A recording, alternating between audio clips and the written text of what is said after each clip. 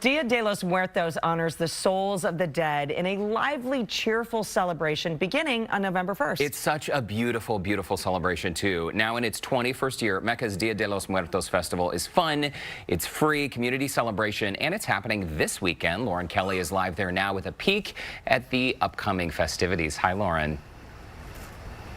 Hey guys, you know what? I'm learning so much about everything that does go into a Dia de los Muertos festival, including the ofrenda, which translates to offering. And here to talk all about it is MECA's ofrenda exhibit curator. This is Luis Gavito. Thanks for talking with us today. Well, I'm glad you're having us here. You know, we're learning all about this. This is a La Catrina, and these are the faces you see on the women's skeletons in the ofrenda.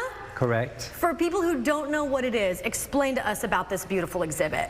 As you said, La Ofrenda is an offering, and what it is, it's a memorial for our ancestors, for our loved departed ones. And you see that there are a lot of pictures here.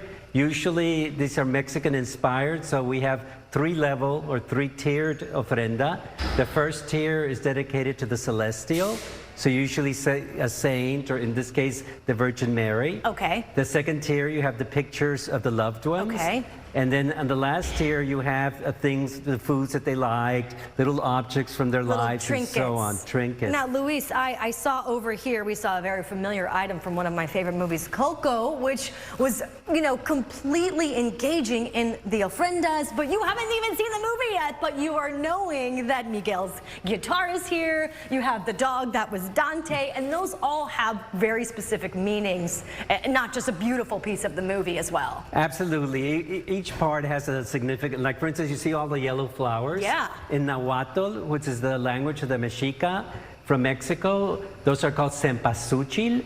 Now, first of all, it's a very inexpensive flower. Okay. But secondly, it has a very strong aroma. So it's thought that the aroma itself attracts the spirits on November the 1st and November the 2nd to come and visit. I have to point out how beautiful this setup is. And this is just one portion of the setup. This is the community ofrenda, which is now open and available for guests to come in. And if you want to drop something off here, you can do that. The festival is going to happen this weekend. Tons of information coming up a little bit later on during Houston Life about the details of the festival. Luis, thank you so much. I'm going to send it back to Derek and Courtney in studio now. But what do you think? Maybe for next year's Halloween costume, guys? Oh, it's beautiful. I think that it would be really beautiful. Absolutely. Yeah. And I love the display, too. It's so pretty and colorful. Thanks, Lauren.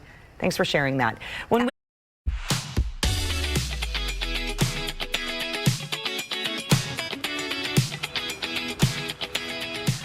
the old Sixth Ward. Oh, so, Sixth Ward, that's what I was saying. It's a beautiful historic district. And so we have 3 performance stages available for you. We have an outdoor adult stage, we have a children's outdoor stage, and then 1 indoor. We have performances by the Blackguards, the Goods, MECA's own Ballet Folklorico, as well as Ambassadors International Folklorico. We have theater companies that are coming out to present some of their work too.